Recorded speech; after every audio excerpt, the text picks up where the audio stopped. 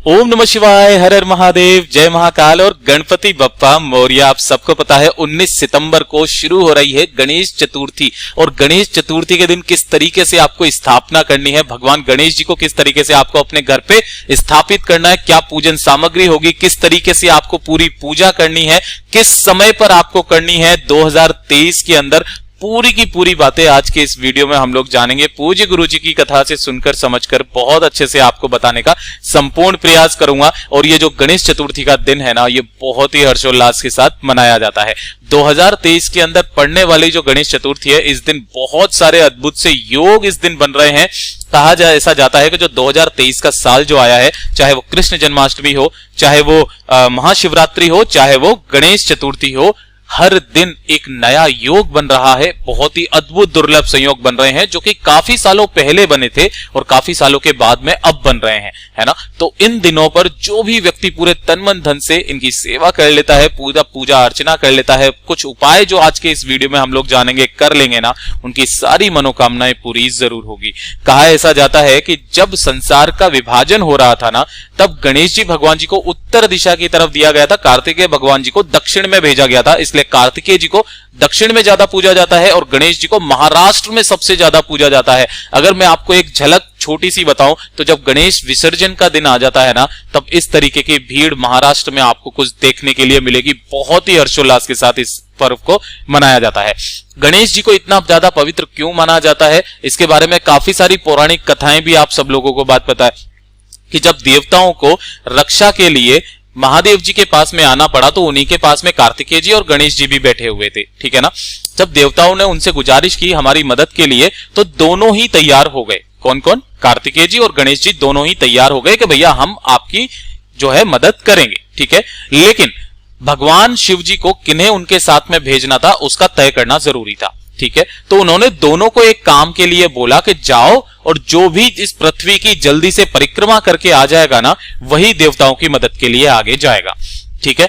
तो जो कार्तिकेय जी थे, उनका जो वाहन था मोर, वो उनके साथ में निकल गए पृथ्वी की पूरी परिक्रमा करने के लिए। लेकिन जो गणेश जी का वाहन था मूषक, अगर वो उस पर जाकर के इसकी पूरी परिक्रमा करते पृथ्वी की, तो शायद वो समय से पहले नहीं आ सकते थे। तो उन्होंने उसी वक्त ये गुजारिश कर दी कि उन्होंने क्या किया, अपने ही माता पिता की परिक्रमा करना स्टार्ट कर दिया। जब महादेव जी ने इसका कारण पूछा, तो उन्होंने कारण बड़े ही इतने सरल स्वभाव में आंसर दिया कि मेरे लिए तो जो मेरे माता पिता हैं वही पूरे ब्रह्मांड के समान है, और मैं तो कुछ ही क्षणों में पूरे ब्रह्मांड का चक्कर काट करके आ गया पिताश्री। और इसी बात से प्रसन्न होकर के उन्होंने देवताओं के लिए गणेश जी को आगे भेजा था।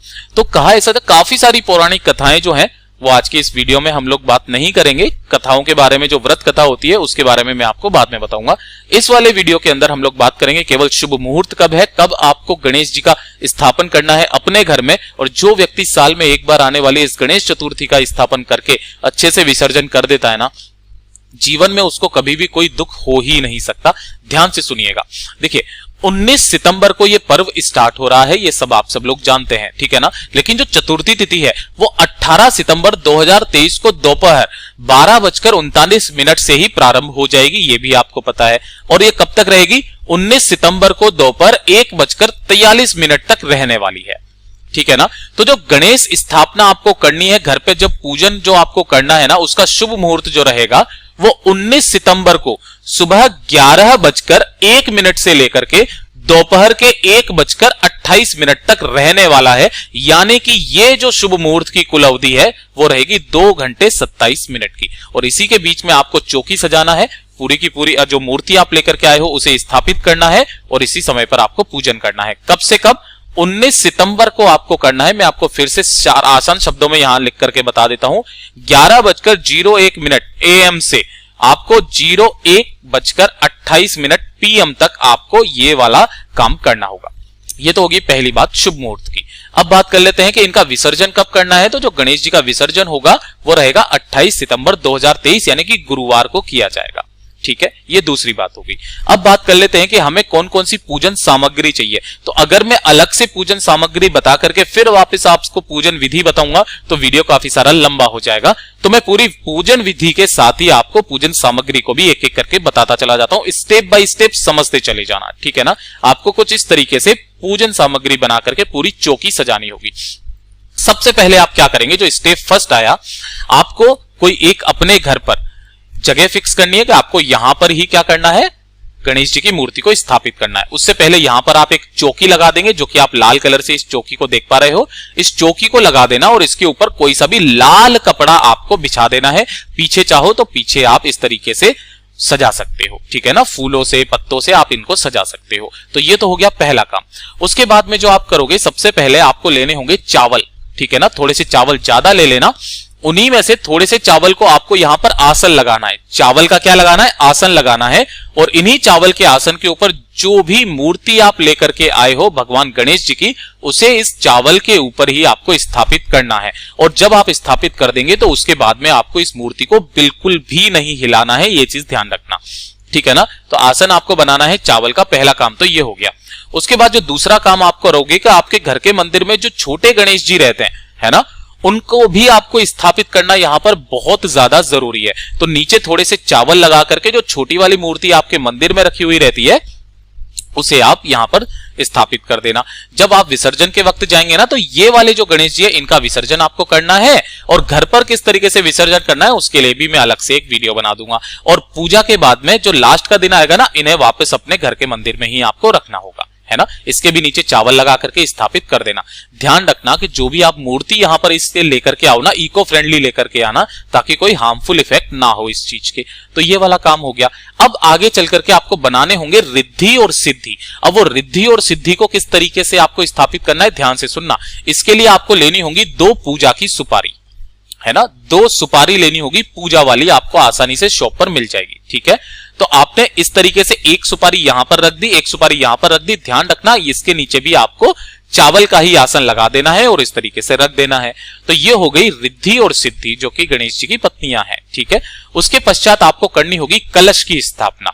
सबसे बड़ी चीज होती है कलश की स्थापना, किस तरीके से किया जाए, किस साइड में किया जाए। तो हमेशा ध्यान में रख लेना, कलश की स्थापना आपको गणेश जी के सीधे हाथ की तरफ आपको करनी है, ठीक है ना। कैसे करना है, सबसे पहले आपको यहां पर थोड़े से अक्षत यानी कि चावल के दाने यहां पर आसन के रूप में बिछा देना है। उसके बाद में आपको लेना होगा एक कलश। ध्यान रखना यहां पर जो आप कलश रखेंगे ना, वो स्टील के अलावा आप किसी का भी कलश रख देना, लेकिन स्टील का कलश मत रखना। काफी सारी पूजाओं में मैंने देखा है स्टील का कलश वो स्थापित कर देते हैं। आप कांसे का ले लेना, पीतल का ले लेना, तांबे का ले लेना, किसी का भी ले लेना, लेकिन स्टील का मत लेना, ठीक है। इसके अंदर सबसे पहले आपको डालना होगा गंगा जल, थोड़ा सा, ज्यादा नहीं, थोड़ा सा गंगा जल डालना। गंगा जल डाल दिया। गंगा जल डालने के बाद इसी पूरे कलश को आपको भर लेना होगा, किससे, अपने घर के शुद्ध जल से, ताजा जल से, है ना। ये भी भर लिया। और ध्यान रखना जब भी आप इसे भरे उससे पहले आपको यहां पर मोली लगा देनी है ना। इसके गले में जब आप मोली पहनाते हो ना, तो मोली पहना देना। ये हो गया हमारा कलश तैयार। इस कलश को उठा करके आपको वहां पर रखना है जहां पर आपने आसन लगाया था, लेकिन उससे पहले इसके अंदर आपको कुछ डालना है। सबसे पहले आपको इसके अंदर डालनी होगी एक हल्दी की गांठ, जो आप यहां पर देख पा रहे हो।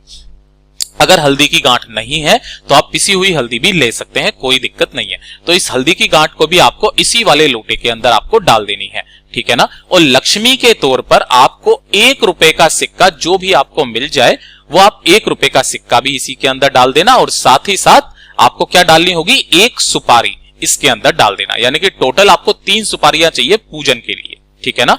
तो 1 सुपारी डाल दी और 1 सिक्का भी इसी के अंदर आपने डाल दिया। ये हो गया पूरा कलश तैयार, ठीक है। अब इसे करना क्या है, आपको इस कलश को उठा करके आपको यहां पर रखना है। उससे पहले अपनी कामना, जिस कामना के लिए भी आप चाहते हो कि भगवान जी से कि मेरी मनोकामना पूरी हो जाए, ऐसी अपनी मनोकामना कह करके उससे पहले इसके अंदर थोड़े से अक्षत और डाल देना, ठीक है ना। और अक्षत डाल करके इसके अंदर डालनी होगी आपको थोड़ी सी दूर्वा। क्या डालनी होगी, थोड़ी सी दुर्वा, जो आप हाथ में देख पा रहे हो ना, उसी दुर्वा को भी आपको इसी वाले कलश के अंदर डाल देना है। तो सारी सामग्री भी आपने देख ली, किस किस तरीके से नंबर वाइज नंबर आपको डालना है। और इसी कलश को उठा करके वो जो चावल का आसन आपने लगाया है उसके ऊपर इस तरीके से रख देना, है ना। तो ये तो हुआ कलश की स्थापना, लेकिन ये संपूर्ण कलश की स्थापना नहीं है, ध्यान से सुनना। इसके बाद में आपको लेने होंगे 5 पान के पत्ते, जो आप यहां पर देख पा रहे हो, ये वाला और ये वाला, है ना। इस तरीके से आपको 5 जो लेने होंगे, सॉरी यहां पर आपको आम के पत्ते लेने हैं, पान के पत्ते भोग के टाइम पर आपको लेने हैं। ये है आम के पत्ते, ठीक है ना। इन आम के पत्तों पर आपको मोली चंदन लगा करके इन्हें पवित्र कर लेना है, पानी से धो लेना, और जैसे ही आप इसके ऊपर चंदन वगैरह लगा करके और इन्हें क्या करोगे, आप इसी कलश के ऊपर इस तरीके से लगा देना, जैसा कि आप यहां पर देख पा रहे हो। कलश के ऊपर लगा दिया। अब इसके ऊपर रखना होगा आपको नारियल।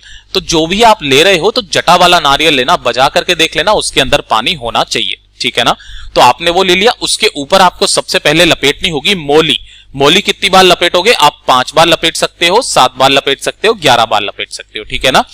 मोली लपेट करके आपको जो रोली जो है उससे आपको इसके ऊपर स्वस्तिक बनाना है। स्वस्तिक बना दिया, और स्वस्तिक बना देने के बाद इसे भी आपको उसी कलश के ऊपर कुछ इस तरीके से स्थापित कर देना है। तो ये हुई हमारी संपूर्ण कलश की स्थापना, ठीक है। अब बात कर लेते हैं पूजा की तरफ, ठीक है। तो उससे पहले जैसे आपने कलश की स्थापना कर दी, एक लोटे में थोड़ा सा जल भरना इस तरीके से, उसके अंदर एक दुर्वा का गट्ठर डालना। हमेशा एक चीज ध्यान रखना, जब भी आप दुर्वा का गट्ठर बनाओ ना, तो उसे नीचे से कभी भी मोली से मत बांधा करो, किसी भी एक दुर्वा से लेकर के उसी दुर्वा से बांध लिया करो, ठीक है ना। इसी दुर्वा से आपको यहां पर ऐसे छींटे मार देने हैं सभी के ऊपर, इससे कि इनका स्नान हो गया, ठीक है। स्नान करा देने के पश्चात आपको एक प्लेट के अंदर दीपक, गोल बत्ती का दीपक गाय के घी का यहां पर प्रज्वलित कर देना है। ये दूसरा काम हो गया। अब उसके बाद में आपको लेनी है रोली और कुमकुम और चंदन, ठीक है ना। तो रोली कुमकुम से आपको सभी जगह पर बिंदी लगा देनी है, कुछ इस तरीके से, है ना। अंग का संबोधन हर जगह पर, कलश पर भी लगाना है, इन दोनों जो रिद्धि सिद्धि आपने बनाई है उन पर भी लगाना है, दीपक के ऊपर भी लगाना है, गणेश जी के ऊपर भी आपको लगा देना है। और साथ ही उसके बाद में चंदन जो आप लोगे, ये तो रोली का हो गया, चंदन का भी आपको तिलक गणेश जी पर लगा देना है। इतना काम हो गया।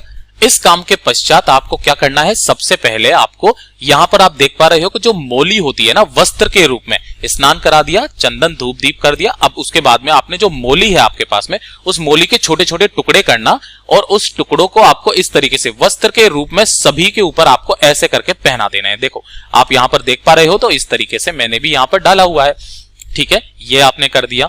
उसके पश्चात आपको क्या करना है, जनेऊ पहनाना है। तो आप इस तरीके से जनेऊ लेना, और इस जनेऊ को आपको यहीं पर पहना देना है गणेश जी भगवान जी को।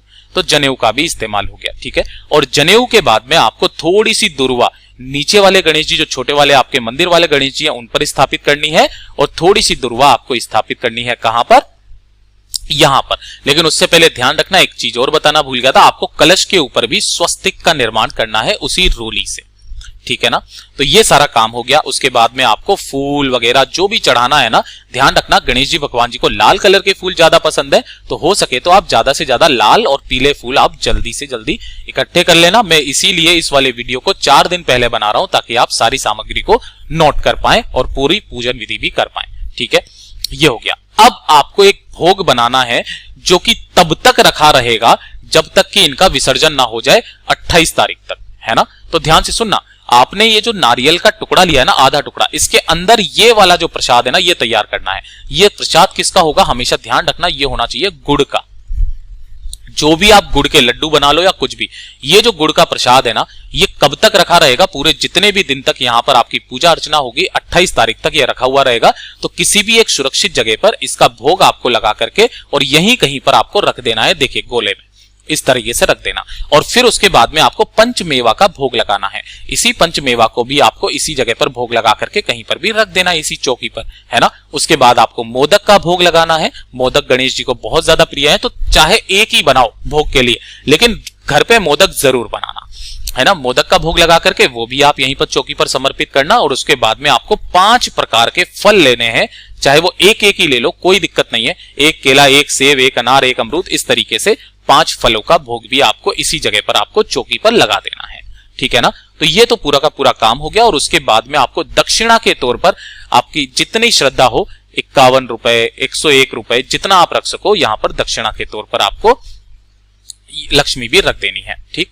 अब उसके बाद में आपको जो धूप बत्ती होती है ना, इस तरीके से आप यहां पर धुआं देख सकते हो, धूप बत्ती जला करके भगवान जी की, गणेश जी की आपको पूजा अर्चना करनी है, आरती करनी है। धूप बत्ती से आपने सबसे पहले धूप दीप दिखा दिया, उसके जस्ट बाद में आपको क्या करना है, देखिए यहां पर अगर आपने व्रत रखा है चतुर्थी का, है ना, तो आप अपने हाथ में एक पीला फूल, जो भी आपके पास में पीला फूल हो, लाल फूल हो, वो लेकर के और थोड़े से चावल लेकर के, ध्यान से सुनना, थोड़े से चावल अपने हथेली में रख करके और पीले फूल लेकर के या लाल फूल लेकर के अपने दाहिने हाथ की हथेली पर रखना, दूसरा हाथ अपने नीचे रखना और चतुर्थी की कथा बोलना या फिर सुनना।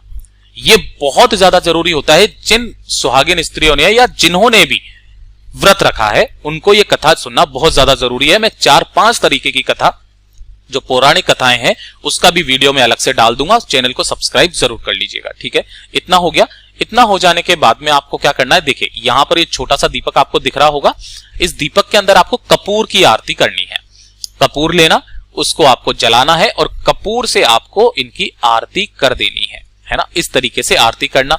आरती करने के पश्चात आपको क्या करना है, भगवान गणेश जी से प्रार्थना करनी है कि जो भी पूजा अर्चना में कमियां रह गई है उसके लिए माफ करना, ठीक है ना। और उसके बाद में जो भी आपको बोलना है बोल देना। आरती करने के बाद में जो भी कामना है वो पूरी करना, आपकी सेवा करना। लेकिन ध्यान रखना, जब तक ये यहां पर विराजमान रहेंगे ना, आपको हर शाम को पूजा यहां पर करना बहुत ज्यादा जरूरी है, ठीक है। जब आपने पहले दिन यहां पर स्थापना करने के बाद में पूजन अर्चन कर दिया ना, उसके बाद में ये वाला जो प्रसाद था जो मैंने आपको बताया था, ये पूरे के पूरे 14-15 दिन तक, जब तक भी रखे रहेगा, 28 तारीख तक ये रखा हुआ रहेगा। इसके अलावा जो फल फ्रूट्स है ना, वो आप बाल बच्चों को बांट सकते हो, परिवार में बांट सकते हो, मोदक का जो भोग है इसे भी आप बांट सकते हो, ठीक है ना। लेकिन ध्यान रखना, ये वाला प्रसाद आपको नहीं यहां से उठाना है। अब इसका करना क्या है, आगे वाले वीडियो में पहले बताऊंगा। ये वाला जो काम आपको करना है ना, ये करना है 19 सितंबर को, जो आपने 11:01 से लेकर के जो 1 जो मुहूर्त था 2 घंटे 23 मिनट का, उसी के अंदर आपको इस उपाय को करना है, इस वाले काम को करना है, ठीक है। तो जैसा मैंने समझाया, आशा करता हूं अच्छे से समझाया। अगर इसके बाद में भी आपको कुछ पूछना हुआ करे तो आप पूछ लीजिएगा। सबसे बड़ी बात, गणेश जी भगवान जी को पान के पत्ते बहुत ज्यादा पसंद है, तो जब भी आप किसी भी चीज को भोग के रूप में समर्पित करें ना, तो नीचे पान के पत्ते के ऊपर रख करके आप समर्पित करें, बहुत अच्छा रहेगा। सबसे बड़ी बात, एक पान के पत्ते के ऊपर स्वस्तिक बना करके आपको यहां पर सामने उसके ऊपर थोड़े से चावल डाल करके गणेश जी को जरूर समर्पित करना चाहिए, ठीक है ना। अगर कुछ पूछना हुआ करे तो कमेंट बॉक्स में जरूर पूछिएगा। वीडियो अगर अच्छा लगा हो तो लाइक जरूर करना, साथ ही साथ चैनल को सब्सक्राइब जरूर कीजिएगा। मिलता हूं अगले वीडियो में, तब तक के लिए ओम नमः शिवाय, जय महाकाल। और साथ ही साथ गणपति बप्पा मोरिया विसर्जन कैसे करना है घर पर और बाहर, वो भी मैं आपको अच्छे से बताऊंगा। मिलते हैं अगले वीडियो में, तब तक के लिए ओम नमः शिवाय, जय महाकाल, गणपति बप्पा मोरिया।